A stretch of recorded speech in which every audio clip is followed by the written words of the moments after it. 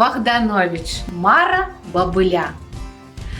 Вось бы жонку мне такую, каб глухую нібы пень, каб зусім не гаваркую, прыгажуню як прамень, каб зрывала пустазелле удзень і ўночы на градзе, і гарэлачку як зелье налівала кожны дзень. Каб круцілася ля печы гэтак спрытна, як ваўчок, і знямоглага пад вечар клала ў ложак на бачок.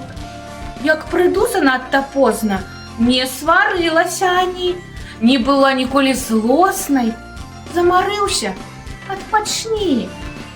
Вось такую пабажуся я насіў бы на руках, але пэўна застануся назаўсёды ў бабылях.